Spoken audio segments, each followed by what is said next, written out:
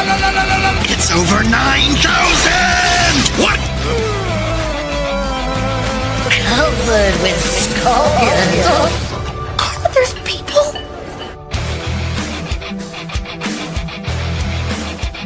Weird. We can't all make declarations of hatred at the same time. Hi, everybody. There are dozens of us.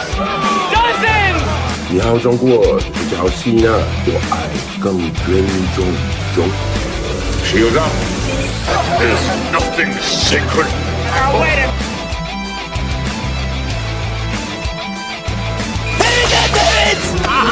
Alton, help me up onto his casket so I can dance on it.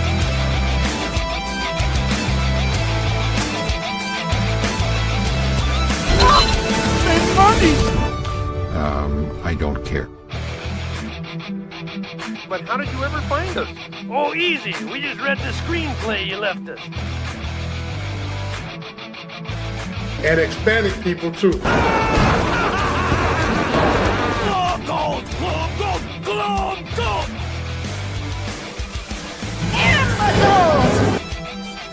You get nothing. You lose. Good day, sir.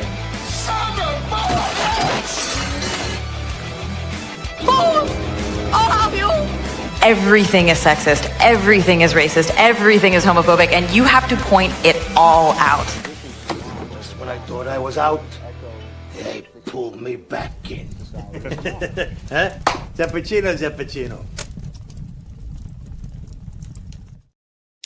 What do you know? What do you say, M4 Empire? It is Thursday night, and that will only mean one thing. It's my favorite night of the week because it is time for the inaugural M4 cast. Welcome, everyone. I hope you guys have been enjoying the new channel since the announcement last week. Sorry we are a few minutes late, but as you all know... Oh, I see. Oh, it was no one's fault. Oh, okay. I'm sorry. Well then, problem solved. 100% Nolan's fault. A couple of you guys guessed it in the chat. No, actually it wasn't, but I like to say that because it makes me feel better. But we have got a great show for you guys tonight. We are going to be talking about a lot of Christmassy topics. We are going to play Guess the Christmas Movie from its 1-star terrible review. It's going to be a fun night. We're going to have quite a lot to talk about. We've even got a special guest joining us tonight and maybe a few more on the way. I have no idea. We will see what happens as the night goes on. But guys, I got to assemble the Titans. Titans, go!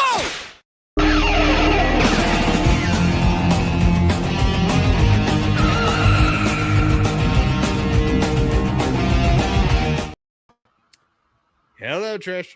Hello. Hi, everyone. You know, Motzball's made a great like little tag for the show today, and it was just like a bunch of mobsters, and it said M4 Empire, and it said the boys and the broad are back. And I was like, Trish is gonna actually love that because she loves the word broad. It's so funny. Like, I don't understand how anyone can find it offensive. It's just so funny to me. I agree. What's a broads? Like, what up, broad? Broad. Look at this broad. Broads, am I right? Yeah, broads, right? I love when you do that. That's my favorite thing you do. Of all the things you do, that is my favorite. All right, we got more people to get on.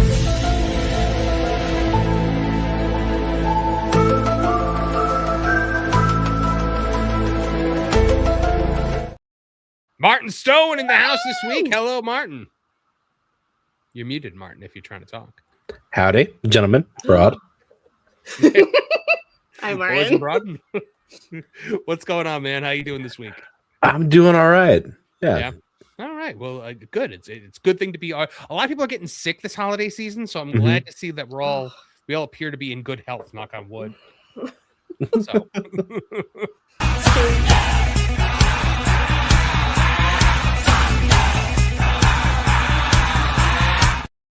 Nolan Thunder. 2 in a row. I'm mute. You're muted too. What is going on? Why are you guys muting before you come on? Dear Lord. I was just going to say that I've already been sick twice this winter already. I'm clocking a new record here. This winter. It's not, is it even winter yet? No, it's not. Yes, because November was apparently snow month because it's been one of the worst Novembers I can recall in recent times. But leave November alone. You choose to live in a state where that happens, so I have no pity for you. Trying to change that, actually, very actively. November gave us so much. He gave us the rain. It gave us Trish. It gave us Kevin. It also gave us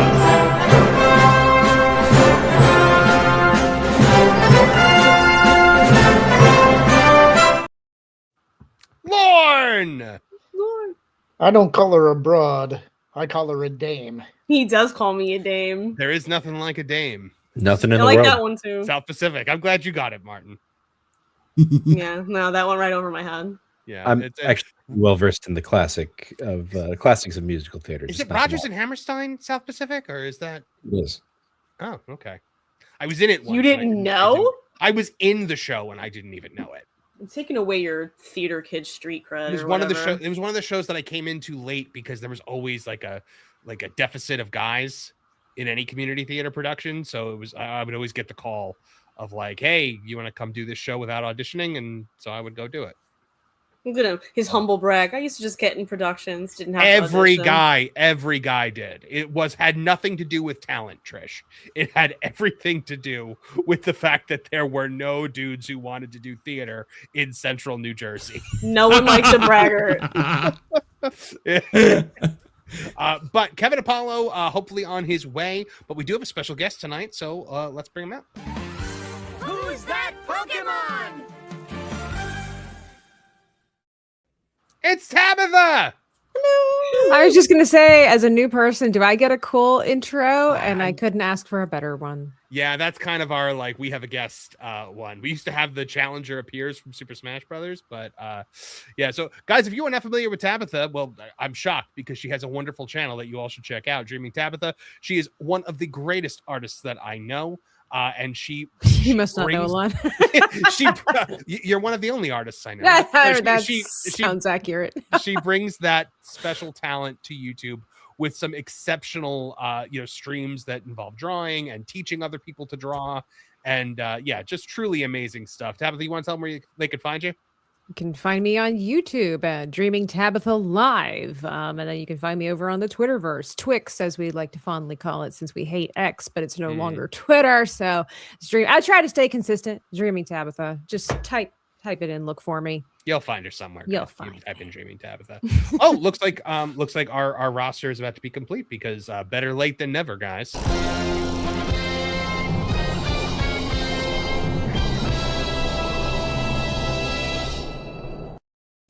Kevin Apollo, some stereotypes. Don't you start. I got 3 kids, one with strep and 2 with the flu. So blow it out your puppet pie hole. I'm just saying, like the one black guy on our panel is constantly late. It's a CPT, right? No. I'm like Gandalf. You're arriving precisely when you mean to. That's right. Nice. And we expect him on the 5th. Yeah. We always expect you late, so... At the Red House, where black people and white people buy furniture.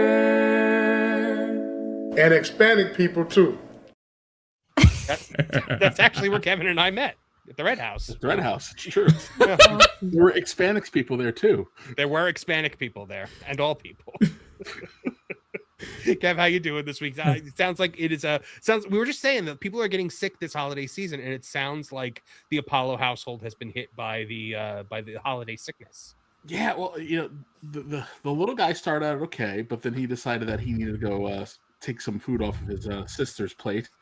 And I later found out that nearly half of her elementary school is out sick. There's so many kids that are sick. They're sending you an email saying, if your kid is even a little bit sick, don't send them to the building. Oh my goodness. Yes. So I guess I will not be visiting the Apollo household while up north for the You can come to my office because it's barricaded. I'm like, when this happens, I turn into the Omega Man. You will not take me. You're zombie bastards. You won't get me. He just sits in his private screening room watching Woodstock. Is this the first Christmas where the little guy is like fully aware of the Santa stuff and like excited for Santa? Well, so yeah, last year when we introduced him to Santa, it went not well at all. This year he was like, "I'm cool with this." Smiled big, although the mall Santa that we went to, I saw the picture. Yeah, he was hurting. I was like, dude, like, can someone tell the guy to fix his like fur? And it was like down by his down by his toes. I'm like, just pull it up a little bit. Like, I'm paying a lot of money for these pictures. You know, the one thing that I love that Disney does in Orlando, pretty much the one single thing, is they like if you want a picture with Santa, all you got to do is go to Disney Springs and get a reservation to go meet Santa there. And yes, they'll try to sell you pictures, but they'll also take pictures with your phone.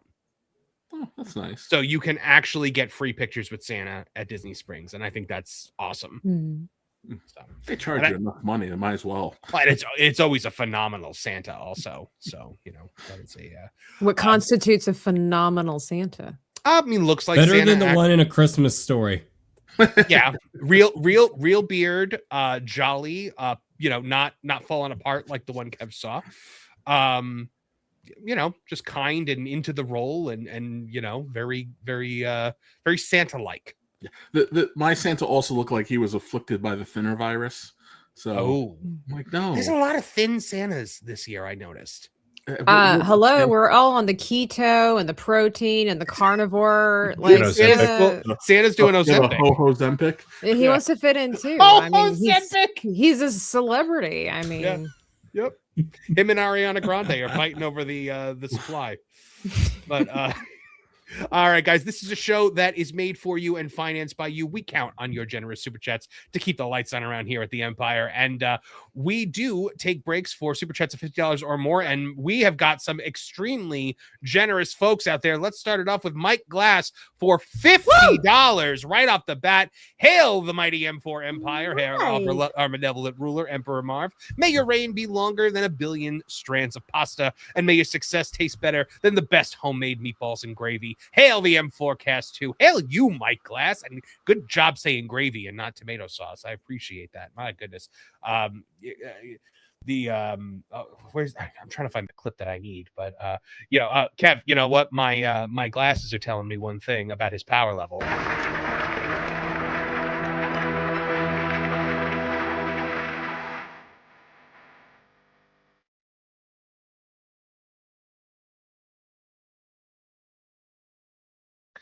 There it is. Mike Glass, thank you very, very much. We appreciate it.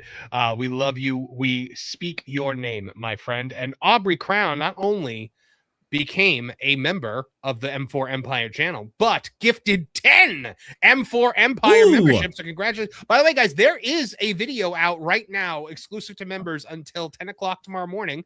We are talking about the fact that Mark Hamill has reversed course on The Last Jedi and now thinks that it's just the best possible ending Luke Skywalker could have got. What a great ending. What? Ooh, someone got a paycheck. Yeah. Yeah, he was just like, I love The Last Jedi. It's wonderful. So I wrote about that today, and we just did a video on it. So that also dropped tonight. We also dropped the video of James Gunn claiming that there's too much Batman out there and he's become boring. So he has a plan to bring him into the DCU. Don't worry, guys. James Gunn has a plan. So that video is out right now. So I hope you guys have been enjoying all the more content that we're able to produce now that we're the M4 Empire.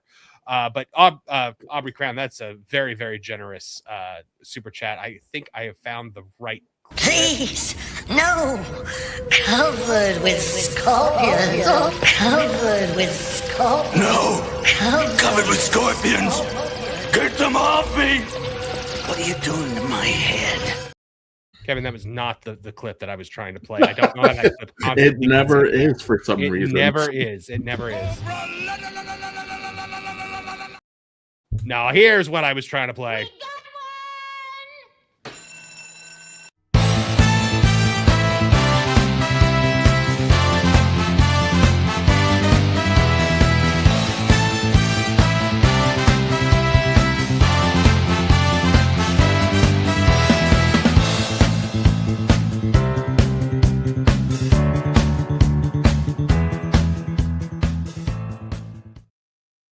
And now Liquid Fox checking in with the 5 gifted M4 Empire memberships. Wow, 15 people have gotten memberships here tonight. Make sure you thank the person that gives them, guys. Remember, they do expire after a month if you don't physically renew them.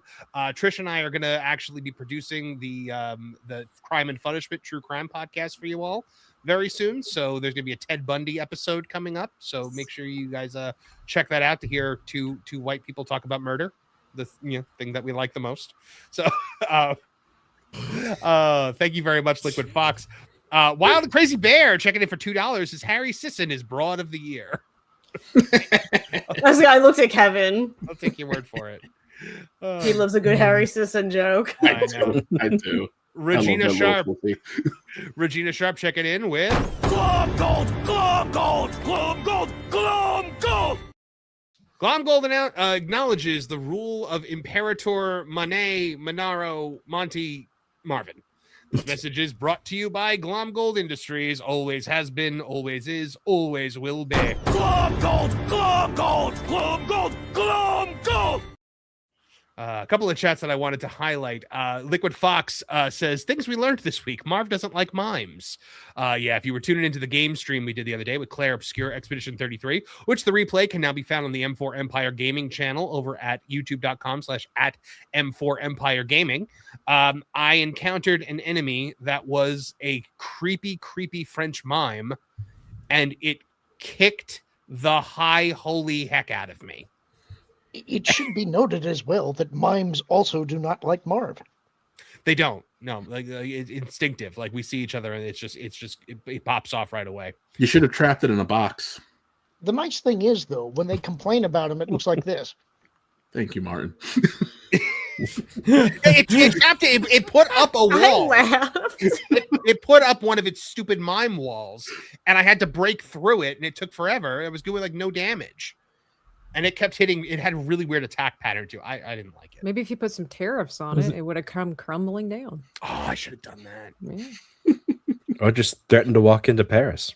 Yeah. They always surrender that. Give up. William Schweiger says to me, thanks for the reply to my comment I made about your video. Wasn't certain if you were going to read something that long. I read every single comment, no matter how long, no matter how hurtful. I read them all. I try to respond to them all unless they're hurtful, in which case I drown my sorrows and try to move on with my life. But yes, William, I absolutely loved your comment. I thought it was very thought-filled, and I always appreciate it when somebody actually converses on the comment section. So thank you very much for that. Liquid Fox, hold on. Sorry, Liquid Fox. 1 second. I just noticed Juliet, our mod, with 50 pounds sterling. Juliet. Boom! Juliet coming out swinging. Thank you so much, Juliet, and thank you for all you do for coming out here and modding. Juliet not only mods this, she's also modding in my member streams and stuff. Like, she's all over the place. So welcome to the M4 Empire, starring Marvin Montanaro, co-starring Trish, Kevin Apollo, Lorn Conner, Martin Stone, Nolan Thunder support crew, the chat, the lovely Dreaming Tabitha. Thank you very much, Juliet. I overlooked all of the I was able to overlook all of the typos because I'm an editor. But not leave them uncommented on. Yeah, no, it's okay. Marvin? Yes. Sorry, I did want to ask you. You did eventually break through the defenses of that enemy. Is that correct? I did. I beat the mime. Don't worry. Like, it beat me once, and then I came back and I whooped it. I'm very disappointed in you. Why? Because a mime is a terrible thing to waste. Hey-oh. the water bottle. Yeah. You're welcome, everyone. Thank you, Lord. Oh, thank you, Lorn. Good Lord. Hold on. I need a clip to play for Juliet and her amazing generosity. Gosh, now here we go. This world will beat you down, beat you with a stick. You stick. One dog was harmed in the making of that movie. Thank you, Juliet. Seriously. Liquid Fox for $5 Canadian says, me hooking up with that carny was a better ending than The Last Jedi crap. And she had 4... What? Liquid Fox, what made you think I could read this?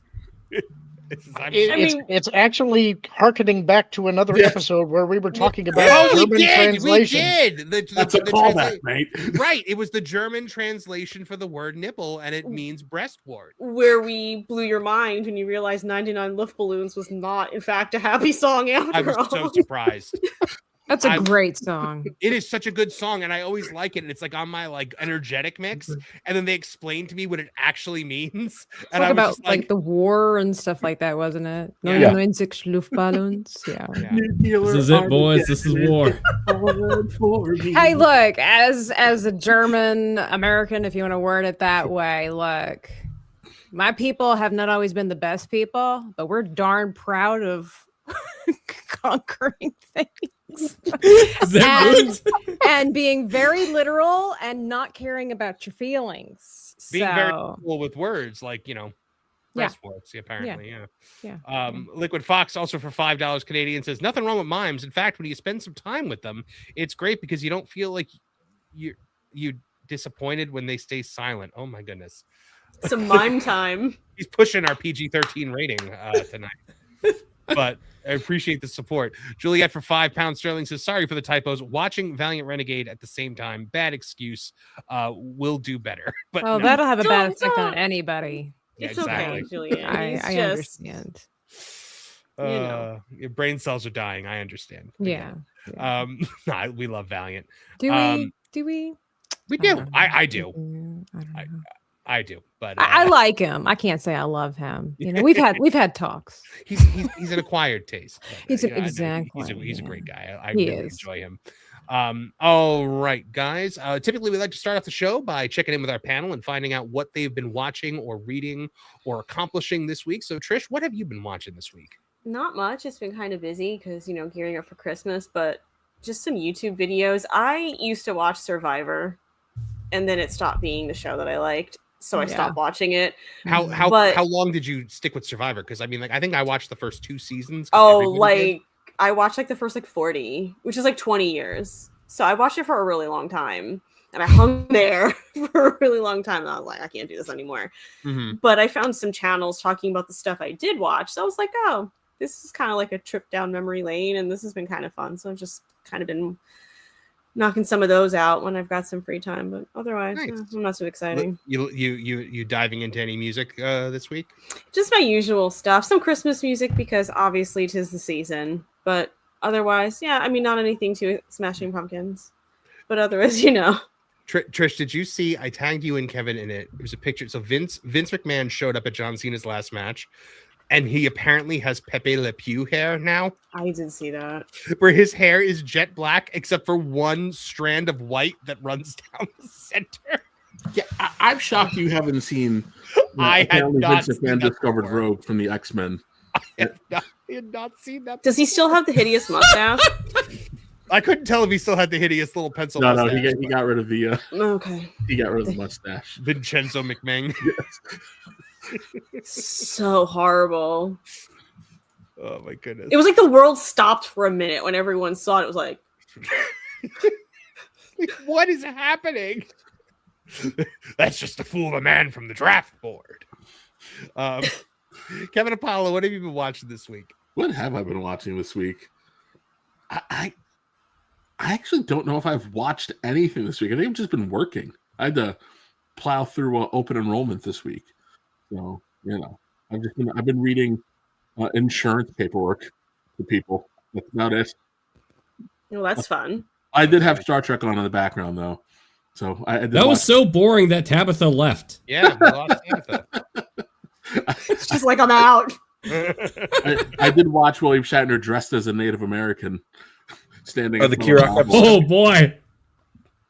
Do you remember when you open? I love that episode though. Do you remember when Marlon Brando was like, I'm not showing up to the Oscars. I'm just going to put this Native American up on the stage to accept my award and talk about Native Americans. And then it turned out she wasn't Native American after all. Wait, she wasn't? No, but this came out 50 years after the fact. It was not this was hot news not that long ago. Yeah, her sisters.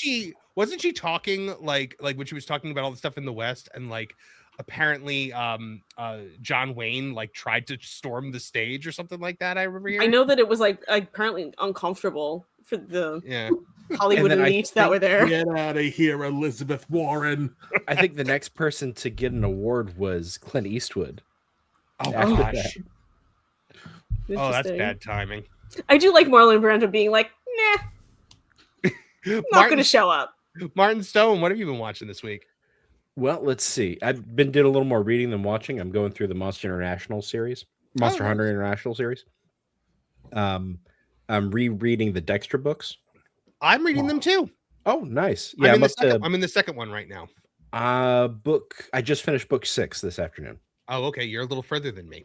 Well, I've already read through them, so that's, yeah. I've been listening to them, and the author is the one that reads them. And I don't love his voice though. Oh, that's too bad.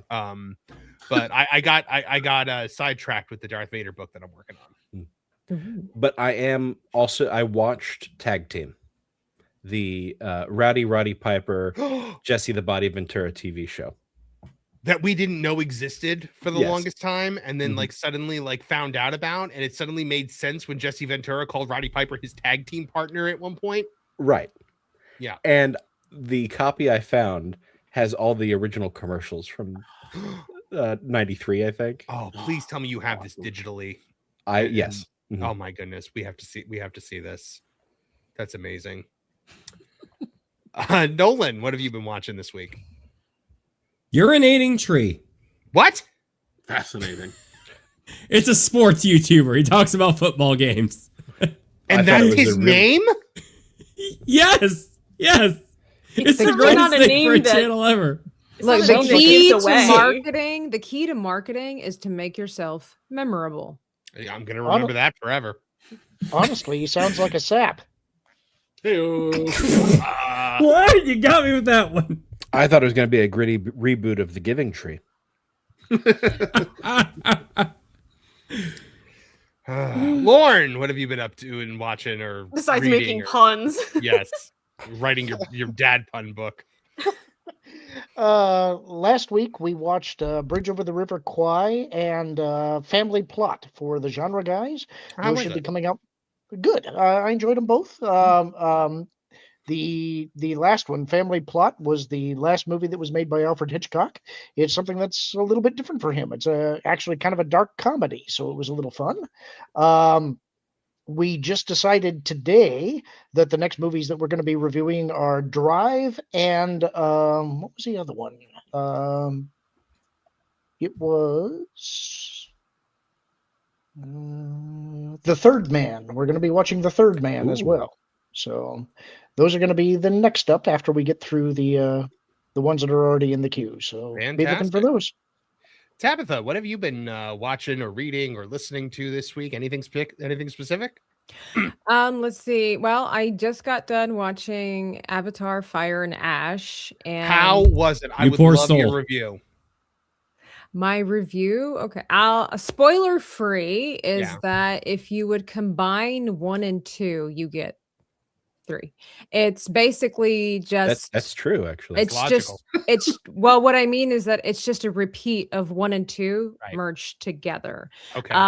So it's good to watch. The visuals are as stunning as ever. It's beautiful, but the story is not very engaging. There's one portion, like every one of the film. I'm an Avatar fan. I was very much looking forward to this, but as an Avatar fan, you're waiting for this really cool wow moment. There was something that happened that was very intriguing and was moving the story along, and then it just kind of disappeared, and we basically went back and refocused on things that we've already seen.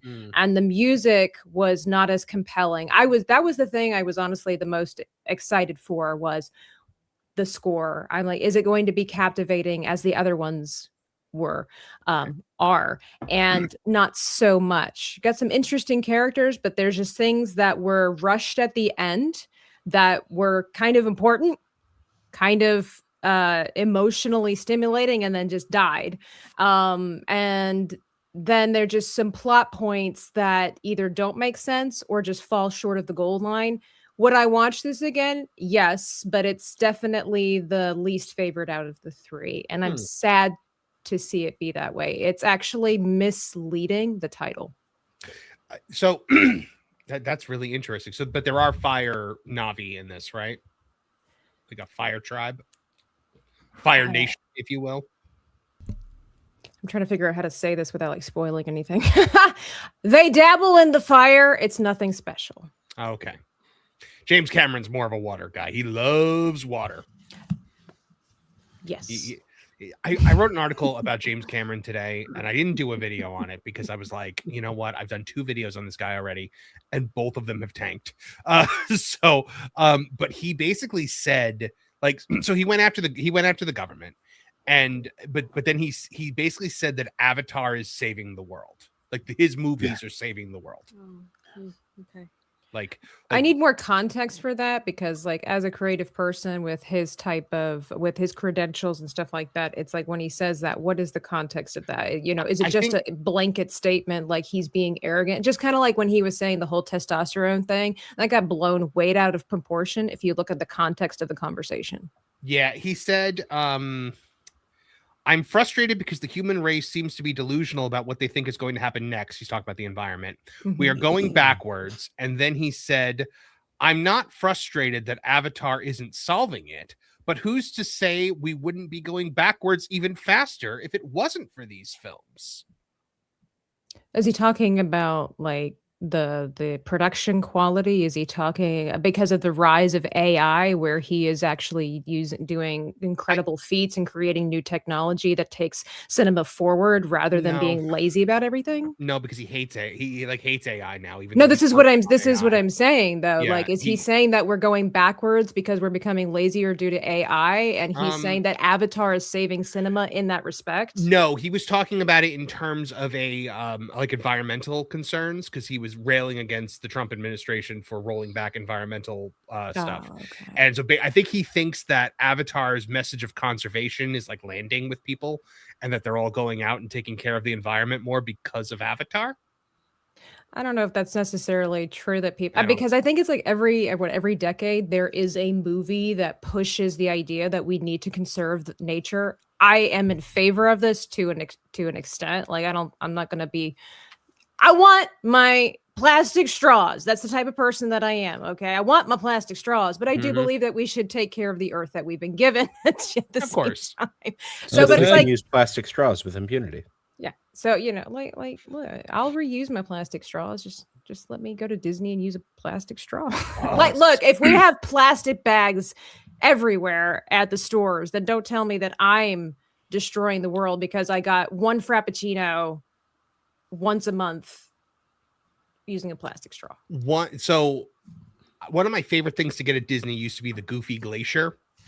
And then at Universal, because I have the refillable cup, you could get slushies in those as well. So like a slushie. But since they've moved to paper straws, a slushie is like the worst possible thing you could get. Yeah. It just quickens the pace of deterioration to the point where you might as well have never had a straw at all. I don't like it. Was there anything else you were watching this week other than Avatar? This week, what day is it? Binging anything? It's Thursday. Right. Well, I've been, let's see, I watched, it wasn't this week, last week, I think I saw Die Hard for the first time. And then I watched Christmas Vacation the other day. And hey. I love Christmas Vacation. That's one of my favorite movies. Tabitha, why did you choose to watch Die Hard? My friend, I've always had a curiosity. I say I've always, from the past couple of years, when I discovered who Alan Rickman was, serious crush. He doesn't know it, but we were married in a secret life in my mind for 2 years. We had beautiful children. two years. 2 years. Yeah, and then hot know. And fast. You know? Yeah, you know, that's how it is with those Hollywood people. No, I really like Bruce Willis movies, and then I do enjoy what Alan Rickman movies there are. And so I've always, since I discovered this, I had an intrigue. But Die Hard has a lot of things in it that I personally don't really like to, you know, put in my eyes and my ears. And so I found the TV version of it. Nice. So I was able to watch that for, like I said, for the first time. And also I do follow along over with Drunk 3PO and the Monday Hangover, and they were reviewing Die Hard. And I do the whole criticalist thing as well. So I'm like, well, all right, let's watch it. It's about time. Everybody says I need to watch it. I watched it. Honestly thought you were going to say because it's a Christmas movie. And I was like, oh no. You'll never hear me say that. Yeah, we're going to get there, Trish. Don't worry.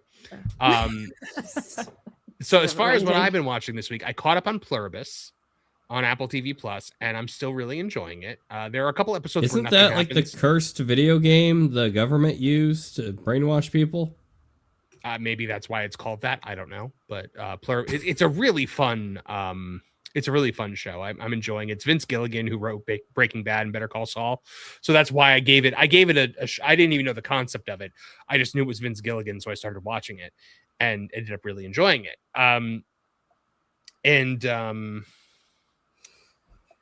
Oh gosh, what else did I watch this week? So I've been watching a lot of Christmas movies lately. We watched Year Without a Santa Claus the other day. Muppet Christmas Carol again. I think it's the third time this season that I watched it. And so I needed a break from Christmas movies the other day, so I put on Die Hard because it's not a Christmas movie, and watched that for the first time in like a decade. And I had forgotten so much about that movie. But one thing I had not forgotten is that it's not a Christmas movie, and I literally turned to my wife in the middle of it, and I was just like, this is 0% a Christmas movie. Actually, wait, I'd like to correct you on that. The math has been done. It is 6%, literally 6% a Christmas movie. Oh, justify. It's not really a justification because that's like saying National Treasure 2 is an Easter movie because it takes place at Easter. But where does the 6% come from? Did somebody actually like break down like the Christmas references? Yeah, Blaine from Criticalist, the owner of Criticalist, he watched it for the first time, or he watched it to calculate it, and he marked every single time that there was a Christmas ornament, a Christmas reference, a Christmas song, whatever the case was, and he said he was really astounded to find out that only 6% of the movie has to do with Christmas. How about that, Lorn? I think that's not factoring in the number of gifts that were given. I'm just said every time there was a Christmas reference or anything Christmassy, it was marked down and then calculated that only 6% of Die Hard has to do anything with Christmas. I'm saying that, yes, now I have a machine gun, ho, ho, ho, but also, but also, perfectly John McClane gives more gifts than Santa Claus. I prefer Bullets to think don't of that count. as inoculations. Of course by they do. How could they not count? They were given freely, generously. They were a surprise. I mean, I don't know what more you want. You are going to pull something with all the stretching and reaching that you're doing right now, my friend. I'm just telling you, it is probably my second favorite Christmas movie. Well, you know who? Let's check in with an expert, because Macaulay Culkin says that Die Hard is not a Christmas movie, and don't fight me. The film would still work if it were also St. Patrick's Day. Yeah, but only in Boston. True.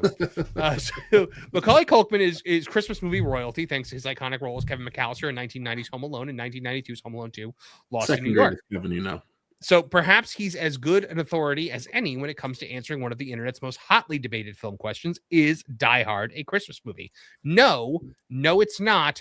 Don't fight me, Culkin recently answered during an interview with Mythical Kitchen. It's based around Christmas, but if it were also St. Patrick's Day, it would still work. But you couldn't do Home Alone on Memorial Day. It doesn't work that way. Culkin then quipped, "I'm the godfather of Christmas nowadays. My opinion has some sway in this argument." I don't think so. I reject his premise entirely.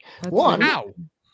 Well, first of all, I wouldn't trust him for any type of review of an action movie in the first place.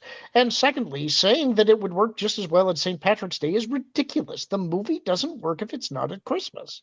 It really doesn't. Christmas is the only time that European terrorists can take over a building owned by Japanese people? No, it doesn't work if we do it on Kwanzaa. Honestly, I don't think that the movie would work if you tried to set it at a different holiday. I don't think it makes sense for McClane coming home to try and reunite with his wife. I don't think it makes sense for the general tone of the movie. If this movie took place at the 4th of July, do you think it would actually still be as popular? Yes. It has guns in it. Yeah, you have an American killing terrorists. Of course it would. I want to circle European back to terrorists too. I want to circle back to it as a metaphor for St. Patrick's Day, since as St. Patrick drove the snakes out of Ireland, he drives the terrorists out of Nakatomi Plaza. He does do that. Lorn, your move. I'll admit that Martin's has an excellent point there, but Yeah. I honestly don't think that I'm not being facetious about this. I think that it would have been a popular movie. I don't think that it would have the staying power that it's had if it didn't take place at Christmas. I'm dead serious about that. I think the thing that strikes me when I watch this movie, it's not the Christmas of it. It is just the one-liners. It is just it hits every action movie note. It's a perfect action movie. All right, let me put it to you in terms that I think would make more sense to you personally. Okay. For Arkham Origins, do you think that story would hit the same if it didn't take place at Christmas? Well, no, because Christmas is central to the plot of Arkham Origins. No, it's not. It's the whole point that on Christmas Eve, these assassins are going out to kill the Batman. Those assassins could have been going out to kill the Batman at any time. All it takes is Black Mask putting out the contract. Yeah, but I don't know, the Joker, like so much of the score is also Christmas related, like the Joker theme being Carol of the Bells. Yes, but I mean, you're making the exact same point that I'm making. It's but the tone of the thing. It's because it takes place during that time. It gives it a certain feel. But it's not like they're out in the snow. You're seeing the Christmas lights in the snow out in Arkham Origins, and you're just in an office building. You're not just in an office building. You see the outside of Nakatomi Plaza. The snow is constantly falling. He's on the outside of the building hanging from a fire hose. And more importantly, I think the reason that the movie has had the longevity that it has is because people watch it at Christmas, because it's a Christmas movie. I don't think that it would still have the staying power that it has. Remember, too, that the movie was based off of a novel, loosely. And I think that if it was just a straight adaptation of the novel, it probably would have just been another action movie. I think that the Christmas themes... I agree with that. I think that actually has something to do with its popularity. Mm-hmm.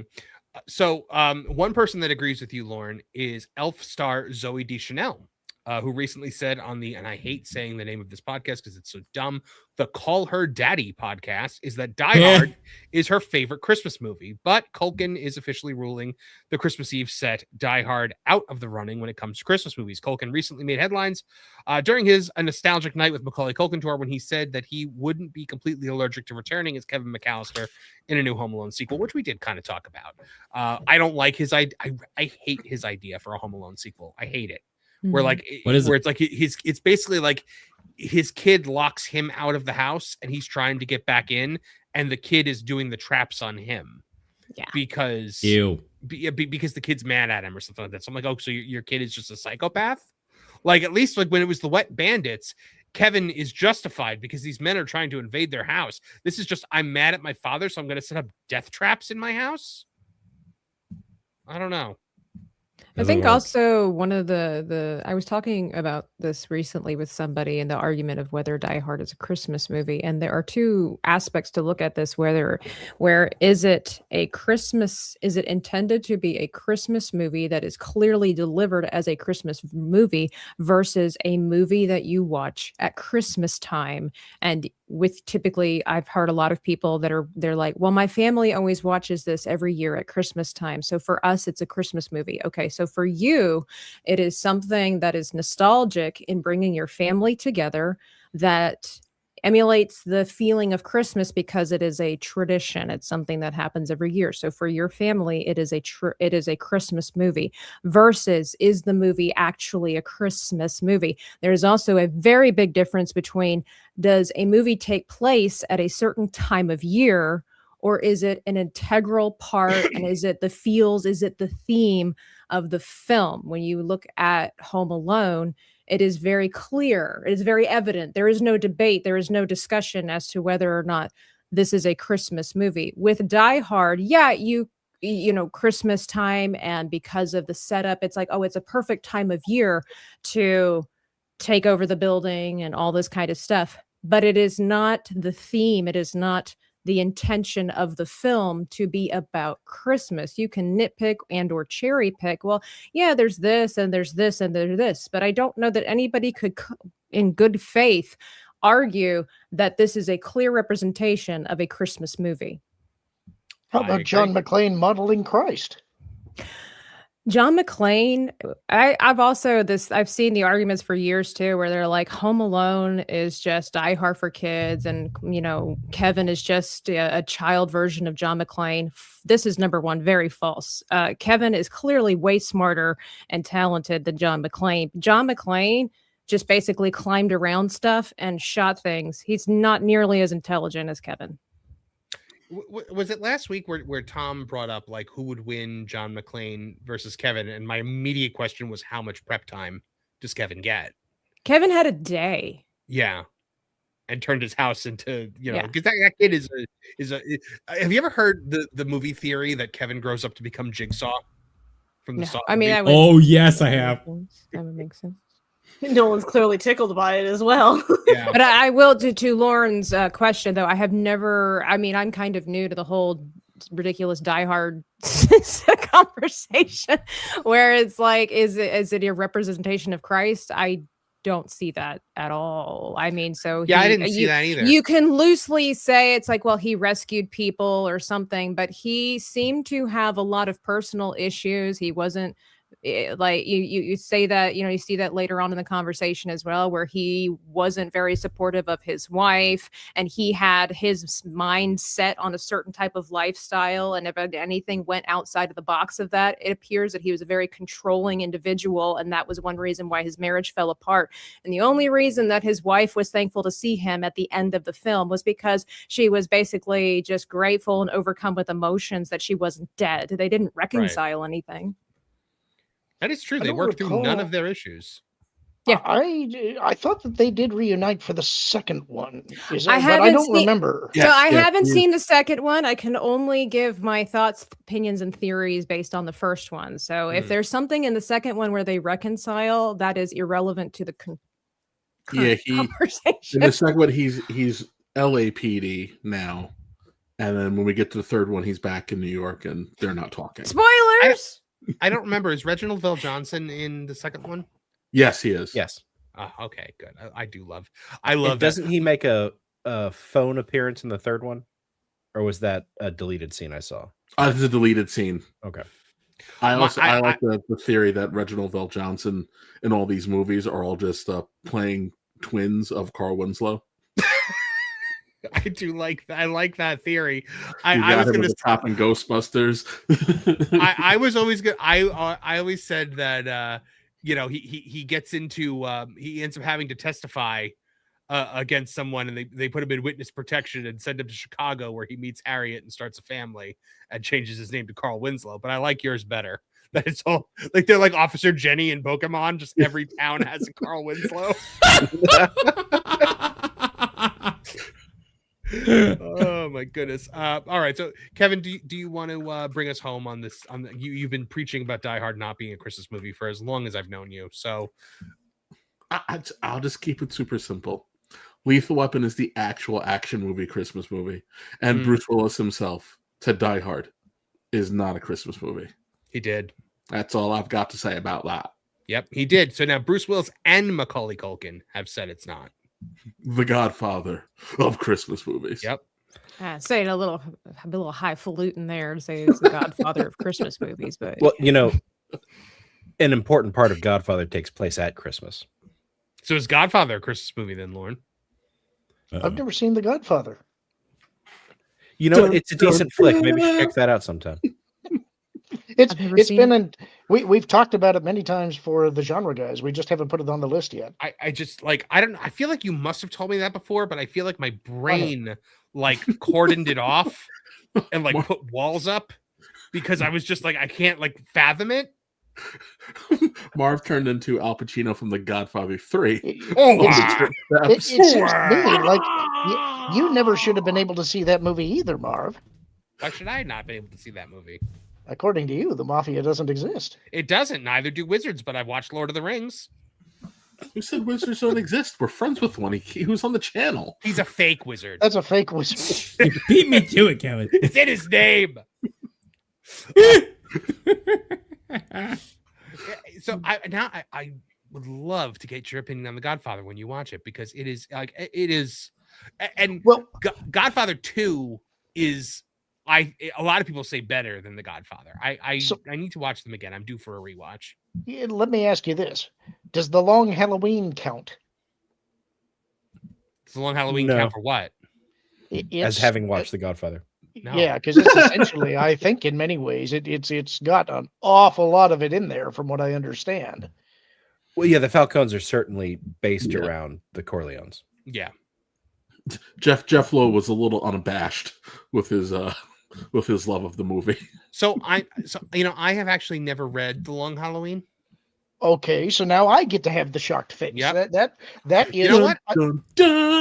I'm sure I can find it on Kindle, and I'm going to need something to read while I'm away at my parents' house. So maybe I will read The Long Halloween. Yeah, I would actually suggest, if you're going to read it, read The Long Halloween, Dark Victory, and there was another collaboration that he did with the same artist that was similar, but it was actually Christmas themed, if I remember right. I don't remember what it was called, though. Christmas. I actually just had to read about The Long Halloween today because Trevor Bookstore Thor wrote an article about the Batman Part 2, being potentially being The Long Halloweens. It's coming out either tomorrow or Saturday. We actually talked about that briefly just the other day, because it leaked that potentially Scarlett Johansson was playing the wife of Harvey Dent, and as soon as they said that, it's like, well, then it's got to be The Long Halloween. So which is he Two-Face in The Long Halloween? Does he become Two-Face in The Long Halloween? Spoilers. No. Okay, no spoilers. No but spoilers. Okay, fine. I don't even know what you're talking about. From my standpoint, The Long Halloween is a direct sequel to Year One. They flow directly into each other. I'm gonna read Year One then. And I would say that there are 3 Batman arcs that I consider to be the definitive Batman stories. They are Year One, The Long Halloween, and I Love the Court of Owls. So those are the 3 that are at the top tier of my pedestal. You cannot not read The Long Halloween. You have to read that series. Interesting. All right, guys. So now the question goes to you, the viewing audience. Is Die Hard a Christmas movie? Comment below and let me know. That's because I'm going to use this as a video next week while I'm away. So I'm doing a closing there, and you guys can just deal with it. All right, we got a couple more super chats to get to here. Let's just get to those, and then we can get into our game for the day. A Wild and Crazy Bear for $2 says, R.I.P. Greg Biffle. I did hear about that. That's very tragic. Plane crash. Really? Yeah, plane crash. Him and his Today? whole family. Wow. Yeah. His wife, 2 kids. Like, 15 and 5-year-old. Horrible. Yep, horrifying. Uncultured Barbarian says, Germany, we're not just world wars, and I don't know that word. Thalidomide. What does that mean? That was the anti-nausea medicine that they gave pregnant women that caused shriveled limbs and things like that. Oh. Well, hey, it's kind of like major pain. You just want to, take your mind off your pain. Look, do you want stomach problems or you don't want shrunken limbs? Pick one. You're not thinking about your stomach anymore, are you? Yeah. Problem solved. Cannon Barnes for $5 says, hello, everyone. Sorry for being late. Just got out of seeing Avatar Fire and Ash. It is a beautiful film, both visually and emotionally. 10 out of 10. That's a high praise. You liked it a little bit more than you did, Tabitha. A little bit more? Yeah.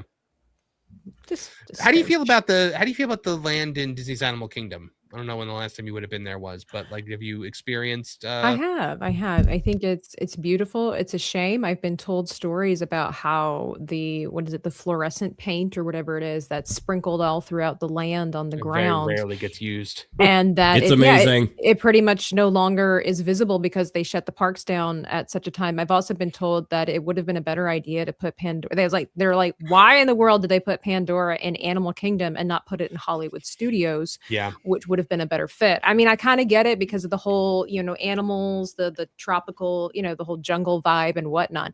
But I think it's amazing. It's not, you can't really appreciate it for what it is because there's so many people, and but it's beautiful. The area where Pandora is in Animal Kingdom was originally supposed to be called Beastly Kingdom, and it was supposed to be a area of the park focused on mythological animals like dragons, and that's why on dragons and unicorns, that's why there's a unicorn parking lot. It's why on a lot of the benches you see a dragon etched into it, and there's a dragon head on one of the ticket booths. Nice. That never came to be, so it just became Camp Mini Mickey. And I guess they figured Pandora is mythical, so it kind of fits the. Yeah, like I said, I kind of get where they're coming from, but it seems like it's it's cohesive and it's not at the same time. Hollywood Studios, if you're going with the ride the movies motif, would have been a much better fit for it. I agree. Liquid Fox for $2 Canadian says Kevin is Jigsaw. I hope you mean Kevin McAllister, not Kevin Apollo, because I don't think Kevin Don't ask questions you don't really want the answers True. to. Moving on. Smurfologist for $10. Macaulay Culkin spouting ideas about patricide makes sense given his relationship with his dad, whose sister really is Bonnie Bedelia, who was Holly in Die Hard. Bam! Die Hard equals Christmas movie. We don't do guilty by association. Interesting. I'm very surprised by that. Christmas by association might be an interesting name for an album where all the songs sound like they should be Christmas movies but aren't. I like that idea. Christmas by association. That'd be great. Let's see. Liquid Fox for $5. So, because I'm currently rewatching Batman the Animated Series now, it's a Christmas show. I don't like that logic, but Die Hard, but logic, my day is ruined. Logic always wins. Mm-hmm. Mike Glass, member for 7 months, says, can a Christmas movie be rated R? Sure. Yeah, I guess so. There's rated R Christmas movies. Fat Man. Bad Santa. Love Actually. Love Actually is rated R. Yeah, it's got a lot of nudity in it. I don't. Who just did the Sideshow Bob growl? That was me.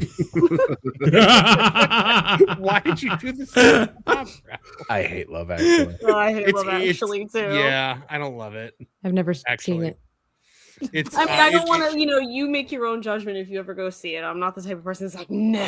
But I wanted to see it because my former husband Alan Rickman was in it, but then when I got to the first nude scene, I'm like, I'm good. I feel like I was righteously betrayed if he's going to be in a movie with all that in it. Yeah, but then he's in like it's unrepentant infidelity for his character. I took that personally too. So, yeah. Yeah. I felt not the man you thought he was, huh? The name of the actress. But I'd be ready to forgive him if he somehow came back from the dead and crawled back to me. So the name of the actress that plays his wife in that, Emma Thompson. Emma Thompson, that's it. Yeah, I felt so bad for her in that movie. like her character just gets sent through the ringer on this. Harry Potter all over the place. Oh yeah, should have seen that one coming, Trelawney. So good. Regina Sharp for $5 says, most Christmas parties I go to need at least 4 beers before we hit the Die Hard debate. Nice change of pace. Not here, Regina. Nope. Trish, you didn't weigh in on Die Hard. No, I don't care. Whatever you guys say, you are die-harded out, aren't you? I will say that at the end of the day, it doesn't matter. Somebody told me it's better than Air Force One, and it's not. So I don't care if I ever see Die Hard again. I did just see Trish put in the private chat. I'm taking a break during our 50th hour debating this topic. Across multiple shows, too. You guys have your fun. I don't know.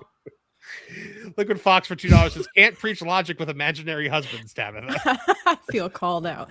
You're right. Well, look, like I said, that was a couple of years ago. I've since moved on and realized that, especially since he died, it can never be a thing. So. Yeah. I'd say that's the biggest obstacle in your way. Not really when it comes to imagination. Kind of a non-starter. I mean, it's my imagination. If I want, he could still be with. Very true. Is he Just in the imagination running away with you?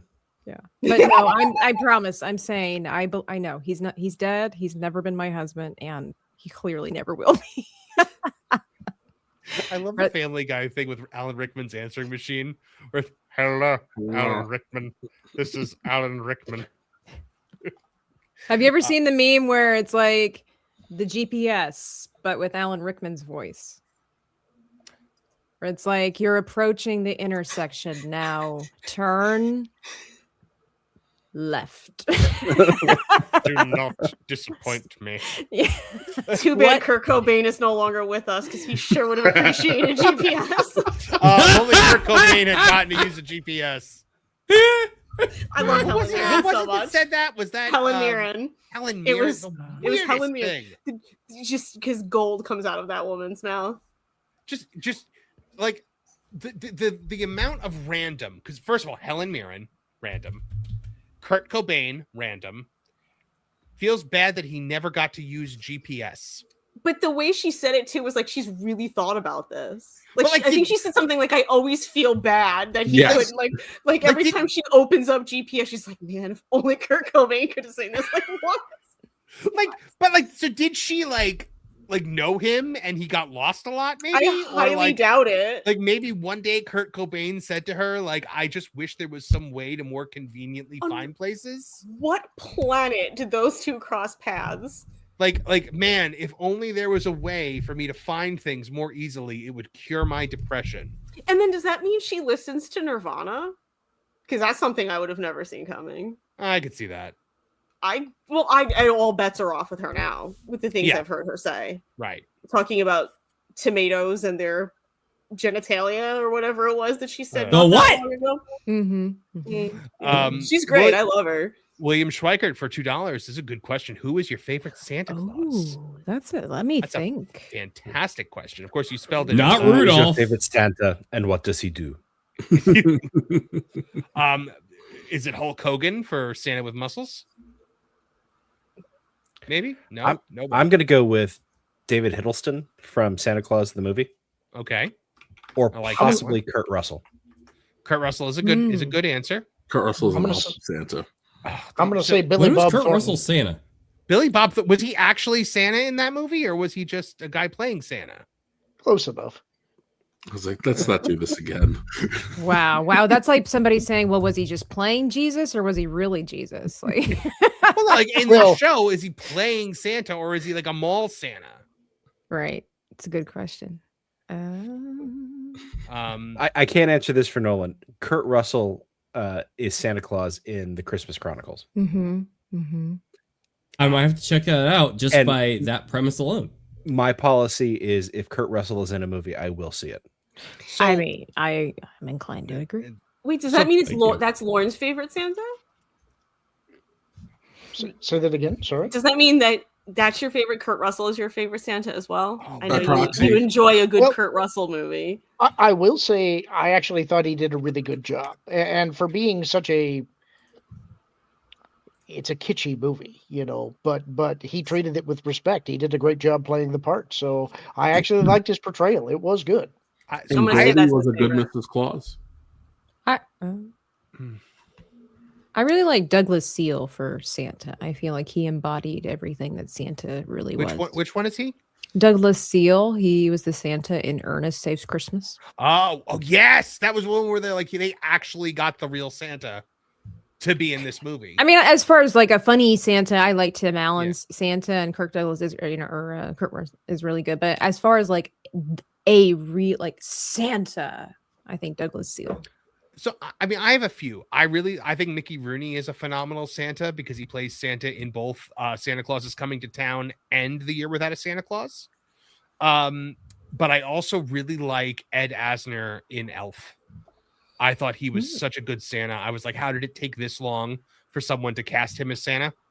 I didn't like him as much as really? Oh, I thought he was a great Santa. How about Edmund Gwynn from Miracle on 34th Street?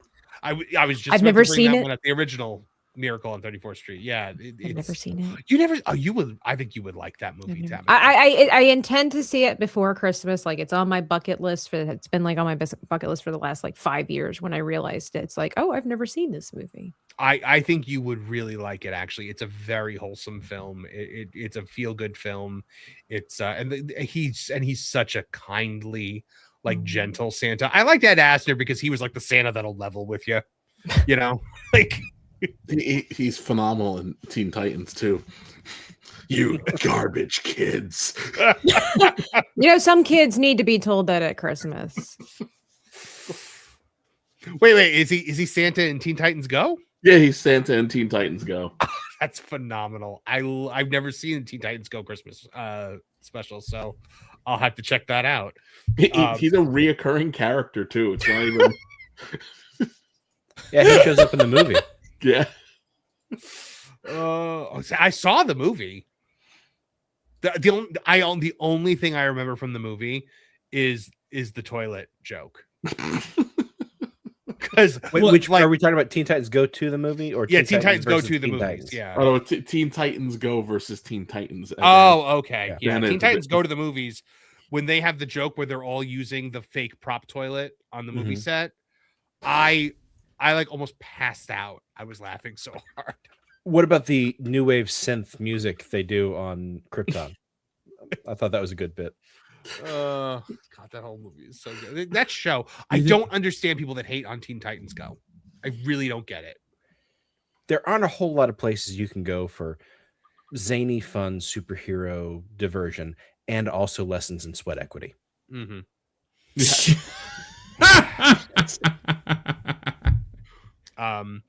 All right. Let's see what else we got. So everyone, Trish, did you give your favorite Santa? Do you have a favorite Santa? I really can't think of any. Like, you guys are rattling off people. I'm like, I don't think any of the things that I think of with Christmas really have Santa in them. Really? It's more like, I don't know, families getting together. Like, it's not like Santa shows up in them, I feel like. Or it's Babes in Toyland 1986. So Pat Morita is about as close as you get in that one. This old Pat Morita. Pat Morita Santa. That's it. Liquid Fox for $2 says that's a really good Alan Rickman, Marv. Unlike, yeah, I get it. You're talking about Bane, my Bane impersonation, which is not bad.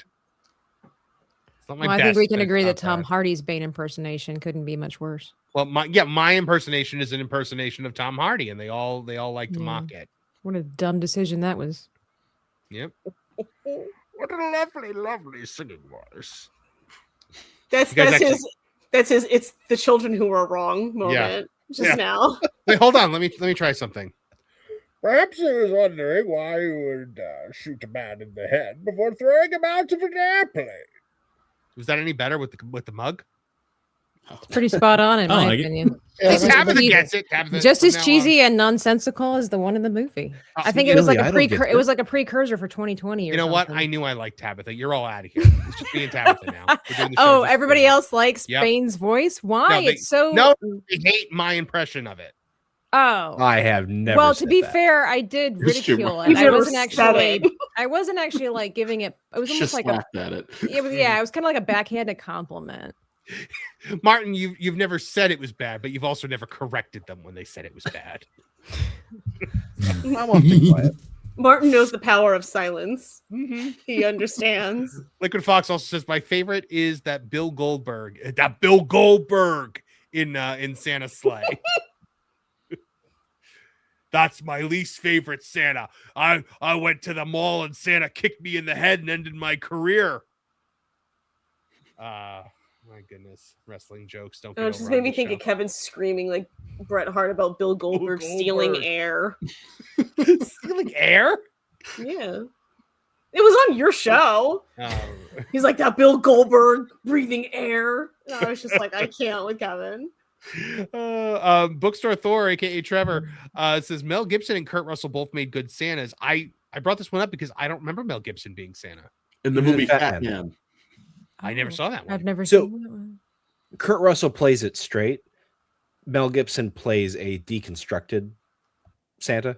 I thought you were going to say gay, and I'm like, no, not Mel Gibson. No, we don't do that. Okay. I'm sure there would maybe that's the reason why I never watched it. I'm sure there'd be some producer phone calls that got leaked if they tried to do that. Oh my God. All right. Okay, so I guess maybe it's time to play our game for the day. We are playing Guess the Christmas Movie from its 1-star review. Or actually, this is a half-star review. These reviews all come from Letterboxd. So the way this game works, guys, I will read aloud a review, a half-star review of a Christmas movie, and the panel will have to try to guess what it is. If no one gets it after taking a turn, I will give another one and another one until we get to the actual film. So, any questions about the way this works, guys? It's a little less regimented than it was in the past, where we had like categories, because we just have one category. So it's kind of a free for all. Okay. And no points are given. So do we just chime in when we think we have it, or do we take turns? Or... Okay. Yep. All right. Our first one. Hold on 1 second. I just heard the ding, so that means somebody's here. Oh, look at this. It's Pro. It's me. Hi, Pro. Pro, hello. you arrived just in time for our game. We are playing Guess the Christmas Movie from its 1-star review. Oh, these will be great. I can tell. Yes. All right. Our first one here. I hate this stupid movie. The Grinch. Die Hard. You gotta let me finish it first. Oh, sorry. It fills me with inhuman amounts of anger. The parents are incompetent morons. Evil movie. What was that? Home Alone. It is Home Alone. Good job. Hold on. To be fair, the parents were really bad in Die Hard too. That's true. I love the bell. Left their kids alone with the illegal immigrant. With the illegal immigrant. I mean, come on, do better. By the way, I have a question. You said, I'm sorry, I'm not competitive. I just like to play well. Do you have to finish the entire review before we say something, or can we chime in? Yeah, let me finish it, and then I will open it to the floor, guys. I really believe that a cacophony of voices all simultaneous at the beginning of the question every single time will be much better. I agree. Yeah. All right. All right, here we go. Shut this effing kid up. Do wrong answers count for humor? They do. It's a Wonderful Life. No, it's not. It's a Wonderful Life. A Christmas Story? I was gonna say it could be that, but it's the adult narrating it. Like it's the adult him. Is it Home Alone 2? Christmas Shoes. It is Home Alone 2. The next one I was about to go was, my kid said this was a film about killing people and that we tricked her into watching it, and we are evil for making her watch it. Again, Christmas Shoes. Yeah. Christmas Shoes is terrible. Yes, it is. I've never seen. Okay. Oh, you'd love it, Tabitha. It's about a kid buying shoes for a loss at Christmas. Is this based on the song, or the song is based on the movie? It's based on the stupid song that is the reason I don't listen to Christmas radio anymore.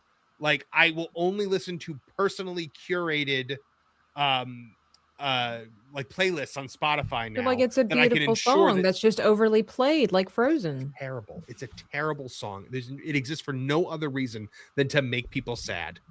Okay, so enter Titanic. Well, I mean, that's different.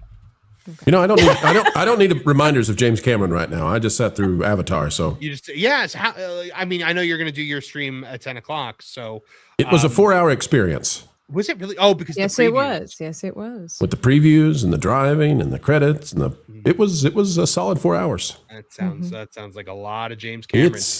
It's a lot. Did you happen to see the story that we ran today? I believe we ran it on both That Park Place and Geeks and Gamers, where James Cameron essentially lambasted the president. And then claimed that Avatar is holding humanity back from collapse. I have a different take on that. Yeah. Is this the same quote where he said that Trump is the biggest threat to democracy since Nero? Yes. Really, that means the mustached man just wasn't doing it anymore. We had to go all the way back to Nero. Yeah, it was all the way back to Nero, and it was the fact. It was more like the thing that struck me the most, because celebrity, gripes about the president, it rolls off me at this point because they all do it. But like when he was just like, when he was like, I'm not, just imagine how much worse the world would be if we didn't have Avatar, and he was as serious as a heart attack. Wait, but Nero was an emperor. He wasn't operating in a democracy, and neither we were a republic. But, yes, constitutional republic. Your logic doesn't work with these people. Right. Well, I'll tell you, Avatar is going to be a tough review for me because I know that the person who's going to be reviewing with me really enjoyed it, and I might not have. Who's reviewing with you? That'll be a surprise. Oh, okay. But they really enjoyed it, and I got to say, I kind of thought it was anti-human a little bit. Well, I mean, it's always anti-human. It's really anti-human. Humans but are at least scum of the earth in these movies. Boy, are they ever. Pro-fatherhood. Yeah. Can I give one little spoiler? Yeah, go ahead. We go full Abraham in this one. Oh, do we? I noticed that as well. It's kind of hard to root for a guy who's going to do that. I mean, even if you give it a thought, you know. Well, yeah, actually, I was like, I get it. I get it. Yeah. I was like, I get it. Tough decisions sometimes have to be made, but that just could be because I'm half German. The other, she's Choctaw, the other side. Actually, it's Lenape, but close. All right, here's our next review. This movie shouldn't exist. It strips away everything that made the first one work and replaces it with a kid who isn't charming, villains who are loud but not funny, and traps that feel more annoying than clever. It has none of the heart or the humor that carried the original. Home Alone 3. Oh, okay. Home Alone 3. Okay. I forgot that one existed. Otherwise, I would have said. You're better for it. All right, here we go. Next one. Hold on. I have to. This one changed on me. Rating half star. Come on. Genuinely made me want to turn the TV off. Why can't something just go right? It makes me sad. Christmas Vacation. How did you do that? Wow. I'm kind of good at trivia. Yeah. Really good at this game. She's trying to be so humble and not just be like, I'm just that good. This is the kind of review. I tend to jinx myself. Like, I can be really good at trivia, but sometimes I'm not. Hey, can you check, Marvin? Was the author of that named Margot by any chance? Is the critic named Margot? No, it was Kate. Okay. Okay. But if you spell it backwards, I don't know, with Margot. the silent M, it's Margot. Why is the carpet wet, Todd? Some other ones for this one was I rewatched this recently to see if I had perhaps misjudged it when it first came out. I always disliked this film, but it inexplicably seems to be beloved by so many. I finally decided to give it another chance. I was right the first time. This is a deeply unpleasant, ugly, unfunny, and mean-spirited film. How it became a holiday staple is beyond me. The only joy I take away from this viewing is the knowledge that I will never watch this movie ever again. Christmas Story. Marvin, did you know that when you get to It's a Wonderful Life, there's only one-star review on the web, flat out. Nobody would possibly give anything that low. I would. Go ahead and smile it up there, Lorn. You know where this is going. Yep, I do. Go ahead. It's going to be Lorn Conner. He's going to be the critic on it with the 1 star on It's a Wonderful Life. Wait, you don't like It's a Wonderful Life? Look, I'm not really a Christmas movie guy. It's all coming together now. Totally makes sense. Edgelord alert. I do think that It's a Wonderful Life is a little too schmaltzy for me. It is nakedly manipulative, and I understand that's the purpose of a movie, but it does so in such a way that actually makes me feel manipulated and angry. So He actually remembers his review word for word. It's impressive. Lorn, what Christmas movie do you like? I know you hate them all, but of all these movies you hate. We already had this conversation. Trish will go away again if you say it. Lorn, but you and I can agree on this. I mean, I'm planned to watch that film one more time to see if, now that I'm older, if my mind has changed about it. You don't like it either? I don't. I watched it for the first time about 3 or 4 years ago, and I'm like, this is a horrible, ugly movie. I don't like this. You know, that's just Mr. Potter. It is. Oh, by the way, did you guys see the trailer for? There's going to be a Jimmy Stewart biopic next year. Have you seen it? No. Trailer looks pretty. I don't remember his name, but it looks pretty good. Please tell me it's Dana Carvey. No. I will say it's been a long time since I've seen It's a Wonderful Life, so there is a possibility I might watch it now and have a different opinion of it. Really, the one Christmas movie that springs to mind, which is, I don't think it's probably very many people's favorite, but it might be Babes in Toyland. I like Babes in Toyland. Yeah. There you go. The 1986 one, right, Lauren? No, this would have been an older one. We're allies. It's the 1986 one. You're not allies this week. That was a one-week thing. No, I didn't even know they remade Babes in Toyland. with Keanu. Really? Yeah. There's a Keanu Reeves Babes in Toyland. Didn't know that. Yes, I can direct you where to find it. Yes. Trish Drew Barrymore's in it. Trish, regale everyone with the wonders that of this movie that phenomenal. you love so much. Oh my.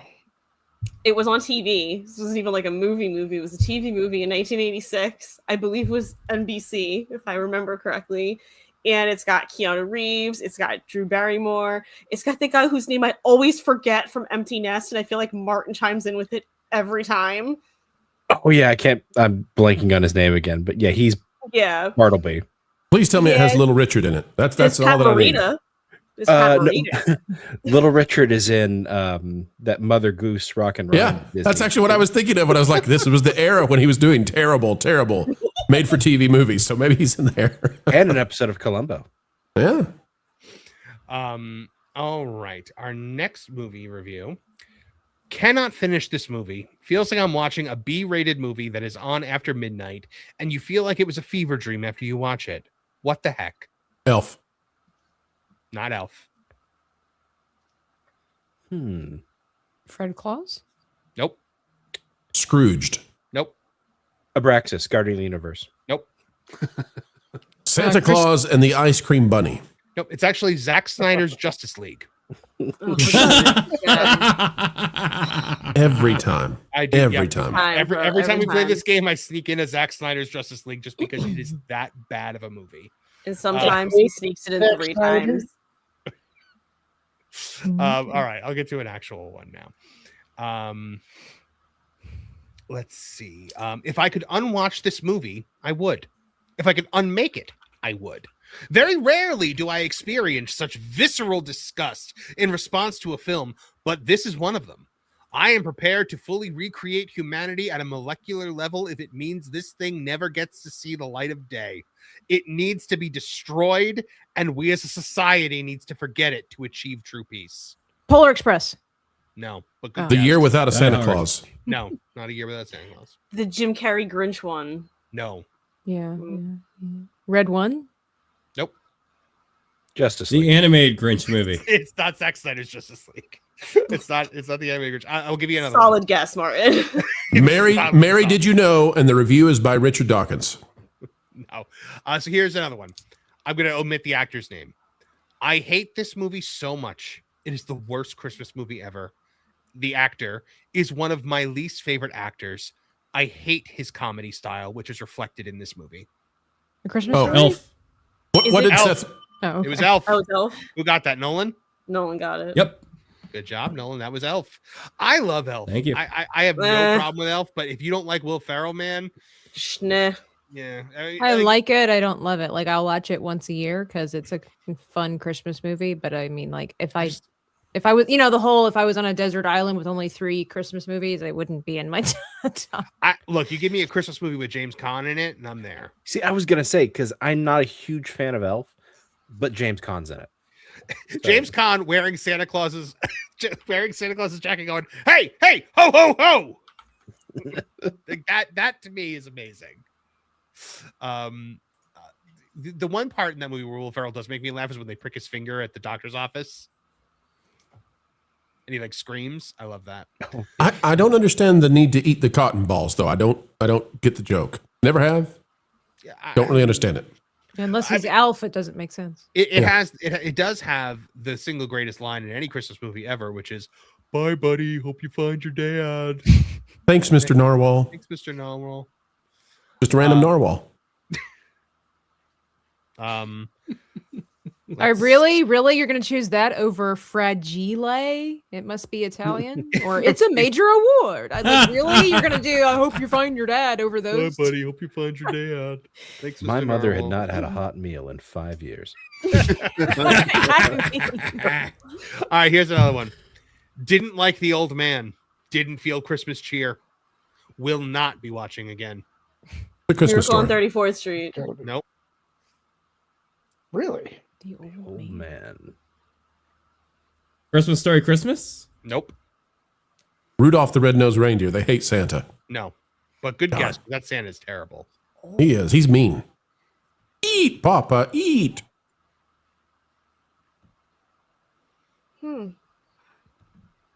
I don't know. What's the Rankin Bass film where the little mice they screw up Christmas somehow and they have to fix Twas it? the night before Christmas. That's a great one. It is a good one. Nobody ever brings that one up. And I'll listen. You play, and I'll plan. We'll do what's necessary, cause even a miracle needs a hand. I love that. That's one of my. Even a miracle needs a hand. Is it a Christmas Carol, by the way? Specify. Oh no. There's like 16 Christmas carols. Okay, Muppets Christmas Carol.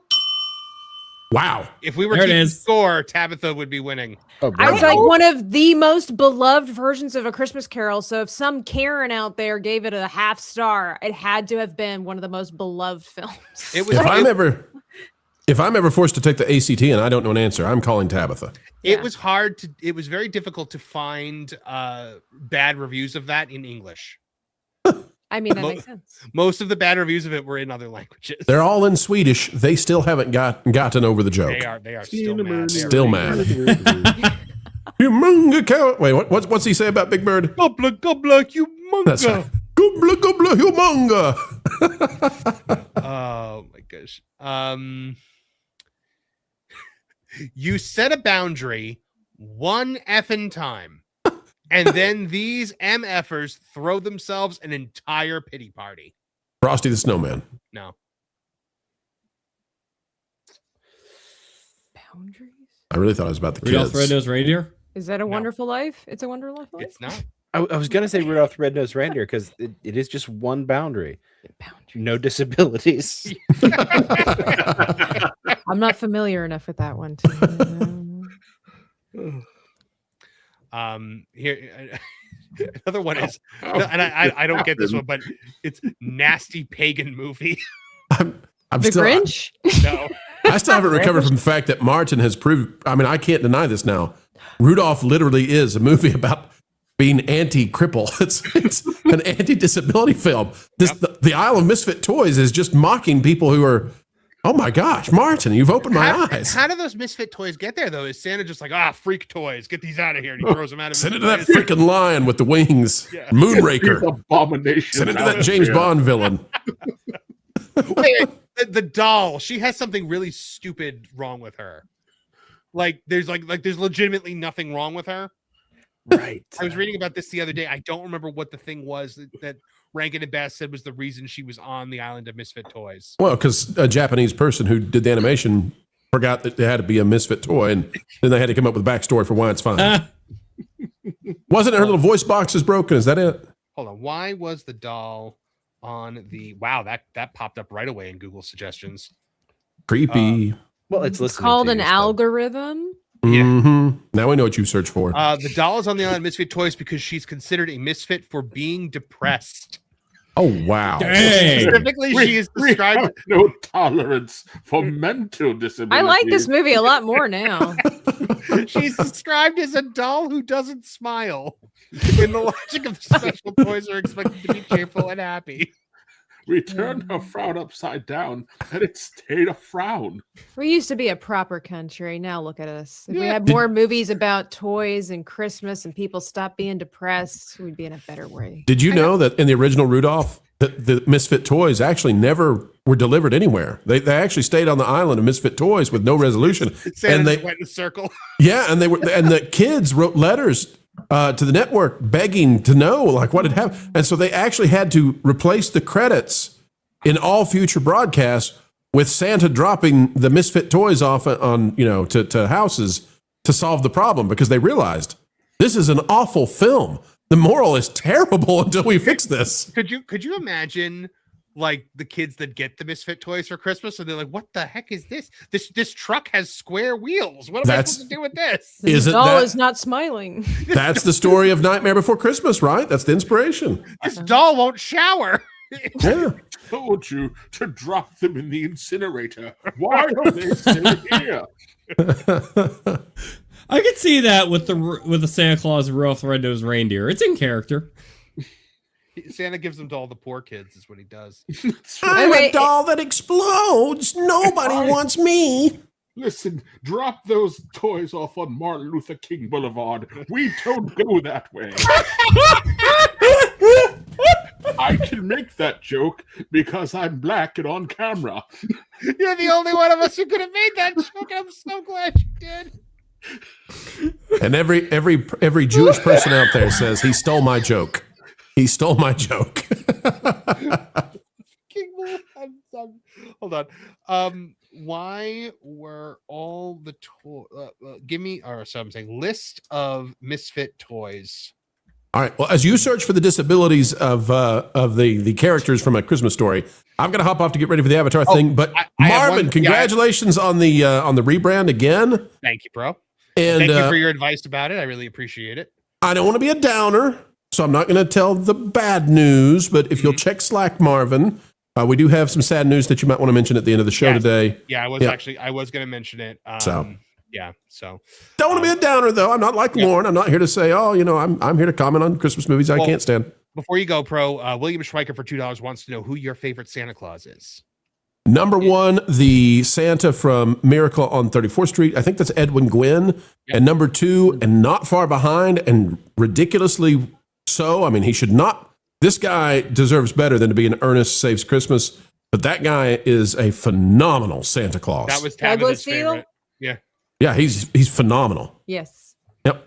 That's your top two. That was my pick. Kevin, what say you? Oof, oh my gosh. Yeah, I actually Ernest Saves Christmas Santa was my favorite. And then the second closest will be the remake of the grandpa from Jurassic Park. You want Jurassic Park grandpa to be the oh my god. John Hammond. John Hammond Santa. Spare no expense. I mean, yeah. It's the kind of Santa Claus I want. Yeah. Get your Richard Kiley action figures. Thank you for being here, Pro, and thank you for everything. Truly. Ho, ho, ho. And to all of the audience out there that I might not see again before Christmas, Merry Christmas. All right, so Have a good New Year's, Pro. I have the list of the Island of Misfit Toys. There is a Charlie in the Box, which is a Jack in the Box who insists his name is Charlie and not Jack. Oh, boy. Misidentity. Oh, my name's Charlie. Oh, no, your name is flying out this sleigh. Your name's Geronimo. You crack the box and popped out and sings Dayman. The spotted elephant has spots instead of being a solid color. Ooh, well, I don't think so. Pack it in, pachyderm. The train with square wheels. Now that one I get because this train is useless. A cowboy who rides an ostrich. Like an Australian cowboy? Apparently. I guess. The airplane that can't fly straight, which, again, that's a broken toy. The bird that swims instead of flies. Okay, but we have those in Florida. Those are also called penguins. The water pistol that shoots jelly. That sounds delicious. Yeah, actually, that sounds awesome. I mean, it sounds like a nightmare to clean up, but why wouldn't you just put water in it instead of jelly? The teddy bear with polka dots. Again, the polka dots thing. Santa really doesn't like the polka dots. Yeah, what's wrong with that? The boat that sinks instead of floats, which that is a problem. That's just a broken toy. That's just a submarine. Yeah, I was going to say it. Or a U-boat, if one prefers. The scooter for Jimmy, seemingly normal, but oddly rejected. And the doll who does not smile, emotionally sad rather than cheerful. You go to I still want to know the mystery. Go ahead. I still want to know the mystery behind the scooter for Jimmy. He's the only one we don't know the story behind. Like, what's so wrong with him? Well, it has no legs, Nolan. I was going to say there's an empty chair beside the fire. That's Tiny Tim, not Jimmy. All right, so we were still on that. One. You set a boundary one time, and these MFers throw themselves an entire pity party. Do you guys give up on this one, or are you going to try again? This sounds so like it's like right there, but I can't think of what it is. Overall, this one says overall red-pilled and based. Which I've never thought watching this movie, but maybe. Harry Potter and the Sorcerer's Stone? No, it's not a Christmas movie. I don't know. You guys give up? Charlie Brown Christmas? No, it's not Charlie Brown Christmas. Okay. It is The Year Without Santa Claus. No, I've never seen them. You set a boundary one time, and the entire world makes you feel guilty about it. Let's see. Here we go.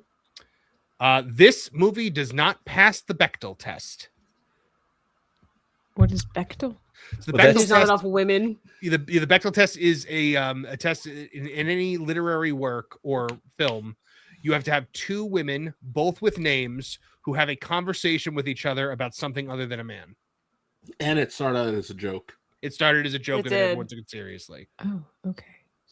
The View doesn't even pass the Bechdel test. This is true. So it's trying to say that this film has two women that. Oh, it doesn't pass the Bechdel test. That It doesn't. does not. So it's a misogynistic Christmas movie. Oh. Yeah. Sounds like a party.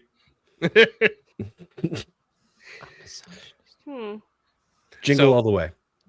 No, it's not. It's got the Jingle All Way. wife, right? She talks. But she doesn't talk to another woman. She But doesn't again, that also probably wouldn't pass the Oh, Bechdel. I would Well, I almost also say don't Lord of know the my life. Rings, but it's not a Christmas movie. I said this one a few times before, but Rudolph the Red-Nosed Reindeer? It is Rudolph the Red-Nosed Reindeer. Good job, Nolan. Thank you. Nolan. Oh, and when it comes to Lord of the Rings, they do leave Rivendell on Christmas Day. They do. They do. Doesn't make it a Christmas movie. No, it doesn't. But But Gandalf does save them at Helm's Deep on Easter. does he? He does. Huh. Let's see. Wicked if it was good. Wicked if it was good. Wizard of Oz? Nope. It's not a Christmas movie. No. Scrooged? Nope. Wicked? Like as in the way the Is it not? kids say wicked, like it would have been good. No. like- Like this is Wicked, the movie Wicked, if it was good. Oh. I was But like, the review was posted today. Is that the Grinch? Yes, it is Jim Carrey. oh, because he's Good. Because you get Good like call. you're supposed to feel sympathy for Right. Yeah, the okay. villain. I'm sorry, I'm now hearing Wicked if it was good as like Ben Affleck's criticism of a movie. What happened in this film again? I fell asleep. Christmas Story. I was gonna say. Love Actually. Miracle on 34th Street. It's Nope. a Wonderful Life. Nope. Overrated trash. Polar He's not Express. very. Zack Snyder's Justice League. That's the last one, I promise.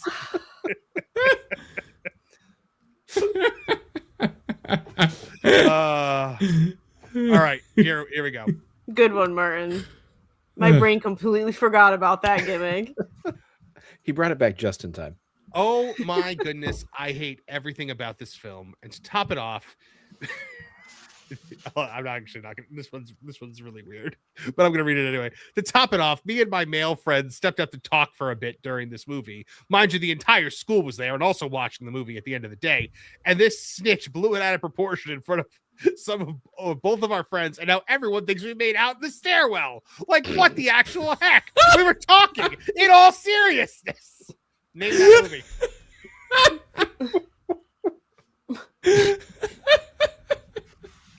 Good, Trish, you got this one. Just Friends. No.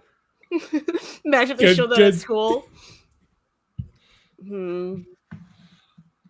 What would they show at school? Michael Jackson's Moonwalker. Trish, I gotta give you credit for that. You found the one dangling thread from that. Yeah. And What would pulled they? off. Grinch? What would they show at a school? Yeah, I would think they would show the Grinch because you have to have certain rights to show or permissions, I should say. It is not the Grinch. I will tell you that much. The Santa Claus. I don't know. It's gonna be something kid friendly. Jingle All the Way. Here, I'll give you another one. The hate that I have for this comes from the generations before me. Sing about it all you want, but I'm just praying for rain. Frosty the Snowman. Well done, Nolan. So he's trying to that other kid or whatever was trying to say they showed Frosty the Snowman in school and they walked out to talk and everyone thought they were making out in the stairwell. Yeah. Okay. See, I was trying to think that was the plot of the movie, and I'm like, what Christmas movie has a bunch of high schoolers? Oh, definitely a Hallmark movie. This might be a hot take, but this might be one of the worst things ever made. I now understand why Disney refuses to put this on streaming, and I can't blame them. Star Wars Holiday Special? It is the Star Wars Holiday Special. Nice. Lauren, where were you on that? Answering a text. Oh.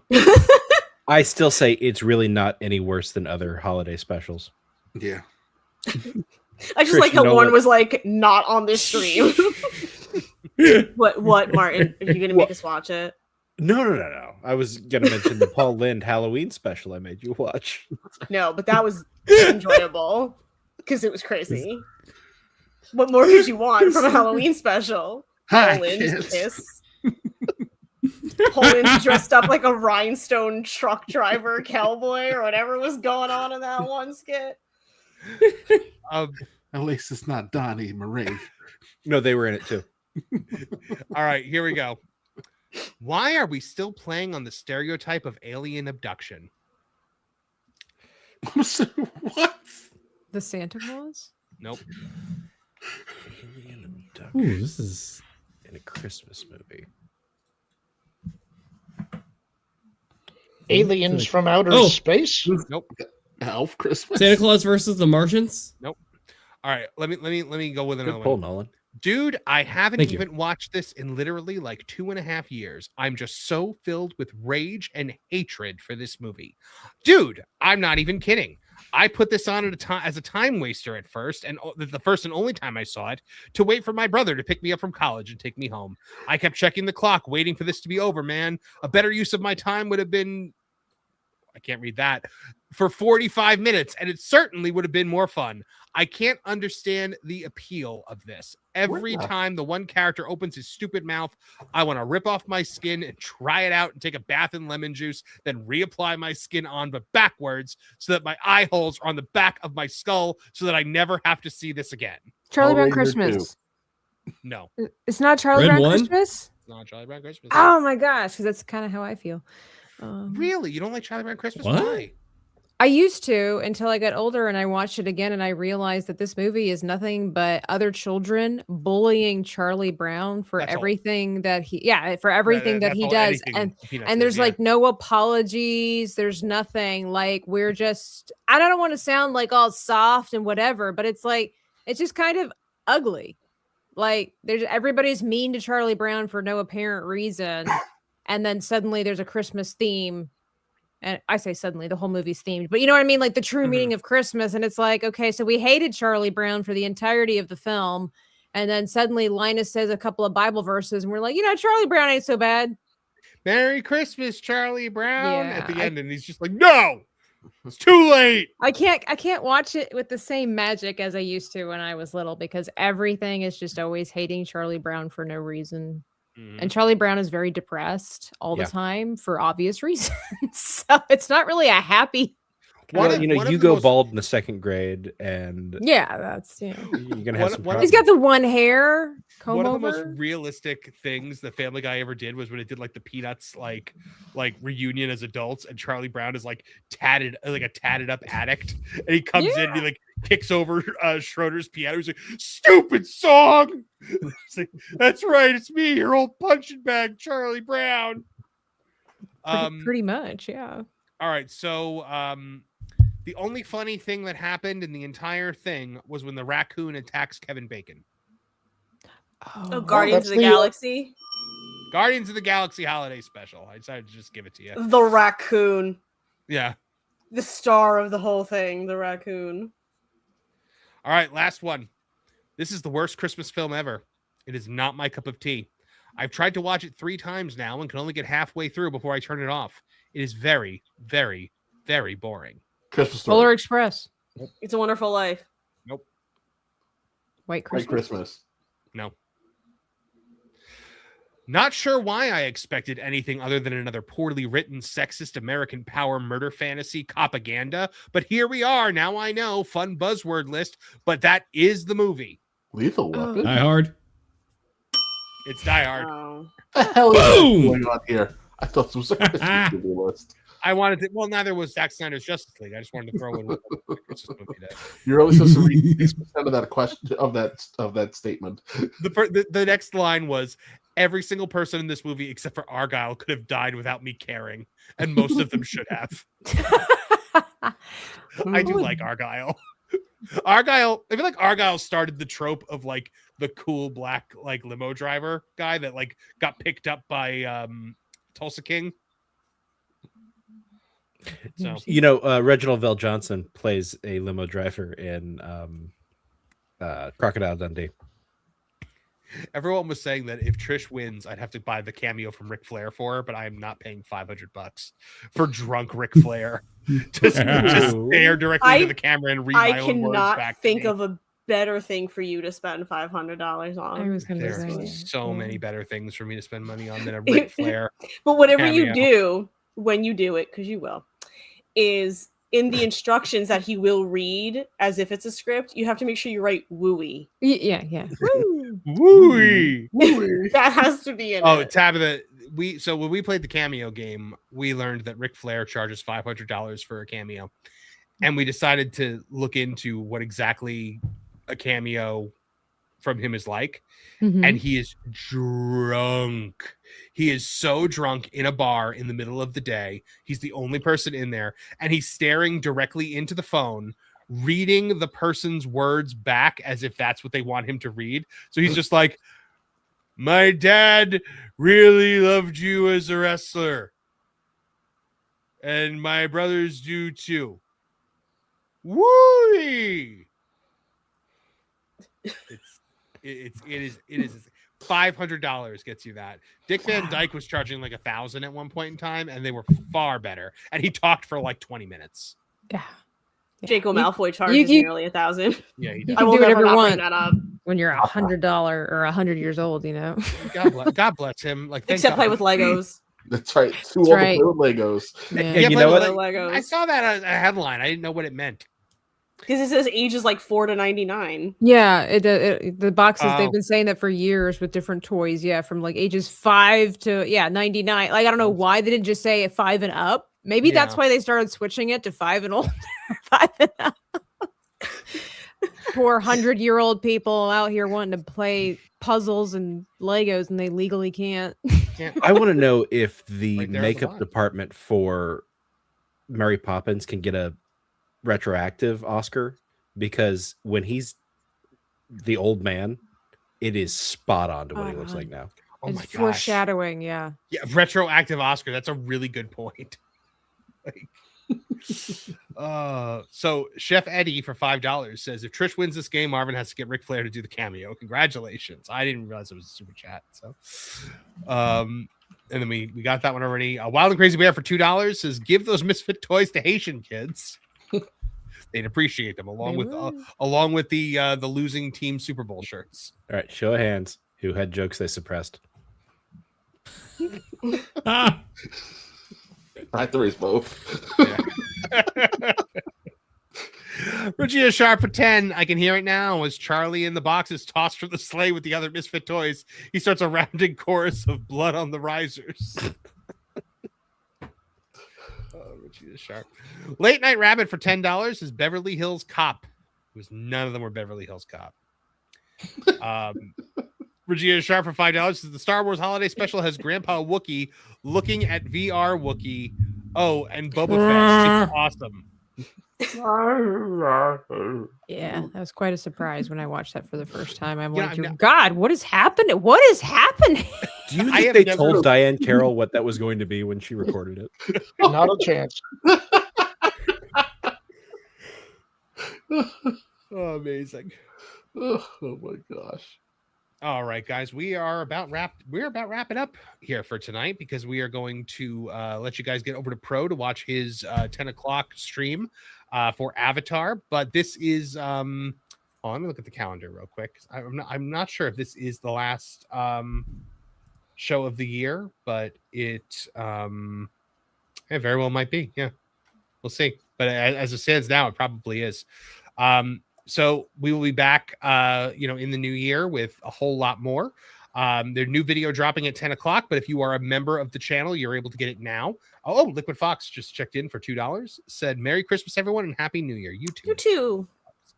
But thank you, Tabitha. Thank you so much for being here tonight. We absolutely loved having you. You are welcome back anytime on the M4cast. Why don't you tell the folks where they could find more about you one more time?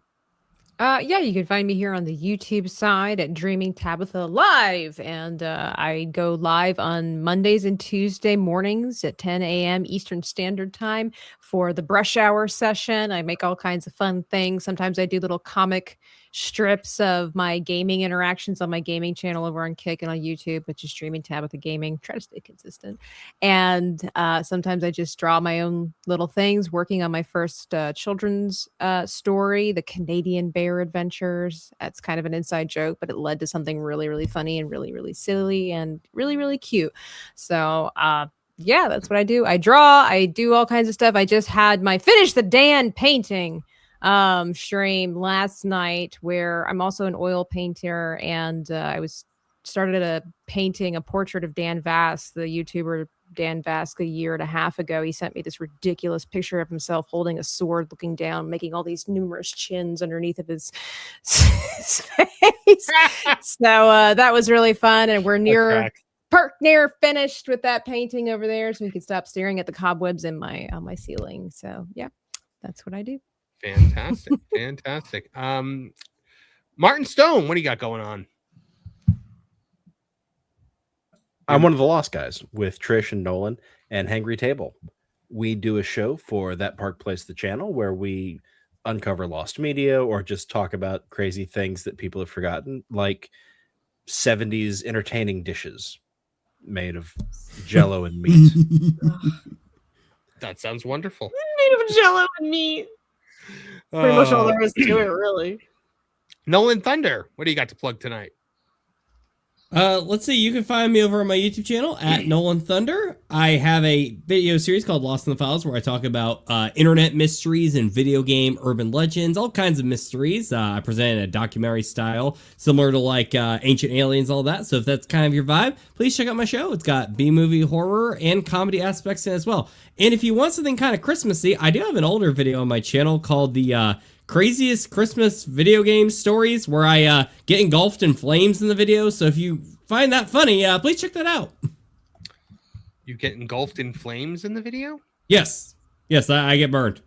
Interesting. Okay. Never burn sanitizer. Fascinating. Lorn Conner, what do you got going on? We have a show tomorrow night for the late night with Lorn and Apollo. The subject is going to be, last Friday we did game to movie adaptations that were good. Mm-hmm. Tomorrow night we're going to be doing game to movie adaptations that never should have been done. I got the thumbnail over to Kevin for approval tonight for him to take a look at. I think he liked it. You should see it coming up for the stream probably sometime tomorrow morning, so keep your eyes open for that. Excellent. Kevin Apollo, you have launched your channel this week, and you've been producing some phenomenal videos. Tell people where they can find more about that.